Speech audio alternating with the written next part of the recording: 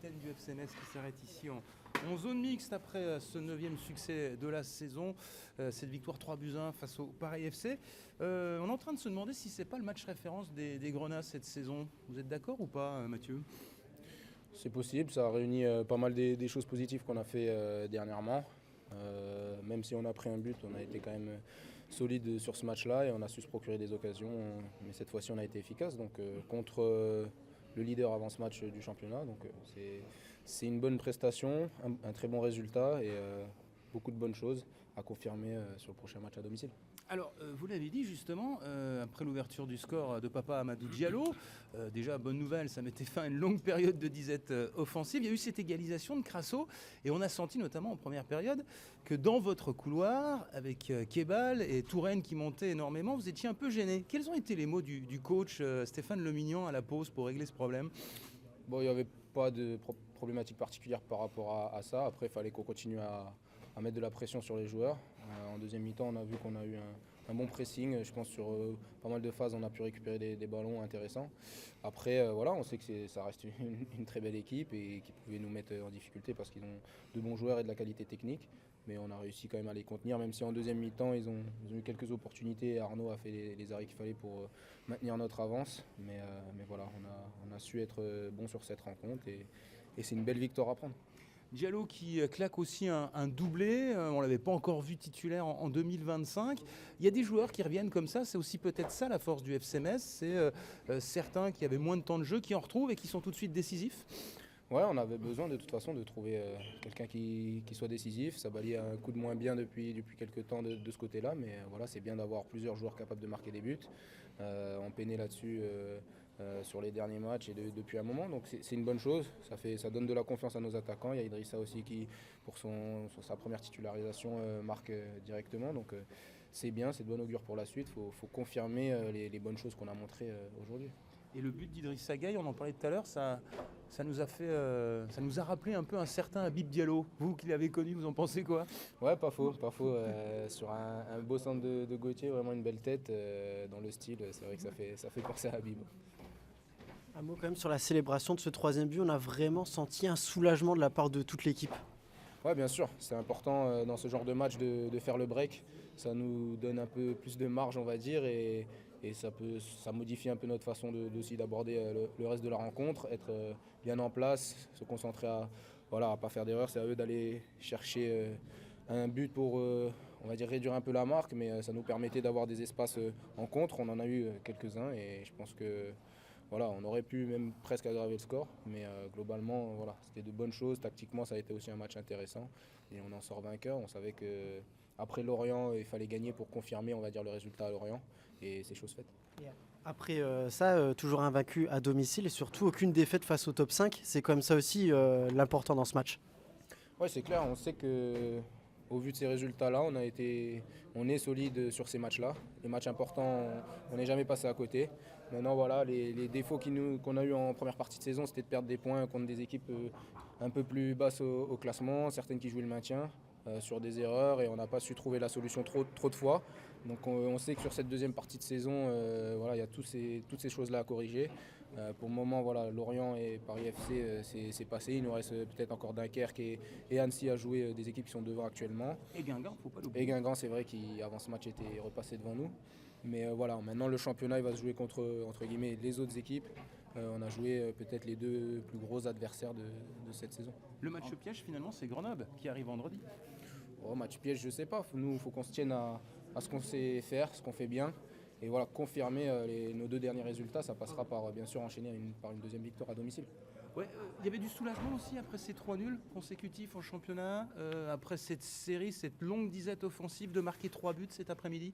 Vous étiez en attente, dans l'impatience de voir enfin le FC Metz briller offensivement ?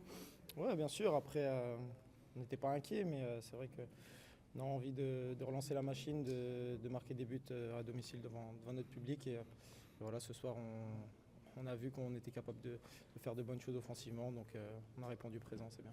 Avec un Gauthier Hein également influent et décisif sur les 3 buts. Ouais, après, j'essaie de faire ce que je sais faire. Aujourd'hui, c'est passé. J'ai les attaquants qui ont fini les actions, donc ça m'aide. Et puis voilà, sur le premier but, un coup de pied arrêté, on peut être aussi dangereux sur ces phases-là. Donc voilà, aujourd'hui c'était important pour moi de montrer, c'est vrai, et aussi d'apporter au collectif, et c'est chose faite. On posait la question tout à l'heure à Mathieu Hudol, votre capitaine, pour savoir si c'était enfin le match de référence du FC Metz cette saison en Ligue 2. Il a dit oui, vous avez raison. C'est votre avis également? Ouais, c'est possible. Je pense que par rapport au contenu, on a été très consistant. On a réussi à respecter le plan de jeu. On va dire on a eu un petit passage à vide, on va dire, en première mi-temps de 10-15 minutes, mais sinon sur la durée du match et même en deuxième, on a fini fort. Ouais, je pense qu'on a été très consistant et ça doit nous servir pour la suite en tant qu'exemple. Le plus dur maintenant, c'est peut-être de battre Grenoble, parce que face au gros, le FC Metz est toujours invaincu cette saison. Et on se souvient que face à des équipes de la deuxième partie du championnat, comme Grenoble, qui vous avez battu au match aller 2-0, vous avez un peu plus de difficultés. Ouais, on va s'attendre à un match difficile parce que évidemment ils vont pas jouer comme le Paris FC ou comme Lorient à laisser beaucoup d'espace et à prendre des initiatives offensives. C'est plus une équipe qui je pense reste bien compacte et joue les contre à fond. Donc voilà, ça va être une autre physionomie de match et il va falloir se préparer pour ça, pour un match difficile. On va devoir batailler. On a l'impression qu'aujourd'hui vous n'avez pas tant d'occasions que ça, quoi, finalement, par rapport à d'autres matchs de la saison et par rapport à la production du PFC aujourd'hui. Sauf qu'aujourd'hui, vous êtes clinique, vous marquez 3 fois, des beaux buts en plus. Ouais, on n'a pas forcément 15 000 occasions, mais au moins on a réussi à amener le ballon dans les 20 derniers mètres. Je ne sais pas combien de situations, mais j'ai quand même le souvenir en deuxième mi-temps où on avait la possibilité de finir les actions. Donc déjà ça c'est important. Après, évidemment, on a été efficace aujourd'hui et il faut essayer de garder ça. Pour évoquer cette victoire des Grenats cet après-midi dans ce choc du haut de tableau face au Paris FC, cette victoire 3-1. Est-ce qu'on peut parler de match référence du FC Metz cet après-midi? Bon, le match de référence, moi d'abord je commence par la victoire. D'abord, c'est trop important pour nous, je suis en fait au tableau. En fait, en ce moment-là, on est trop content de ce soir avec la victoire. Parce que ça nous ramène, en haut, en fait, en mesure. On va toujours on augmente notre travail pour la montée. Et en plus, on savait que le FC Metz était invaincu depuis 7 matchs en championnat, mais vous restiez sur 3 nuls. Vous aviez des difficultés à marquer. Aujourd'hui, tout ce point-là a été corrigé. C'est super important, quoi. Oui, ce point-là, c'est super important pour nous.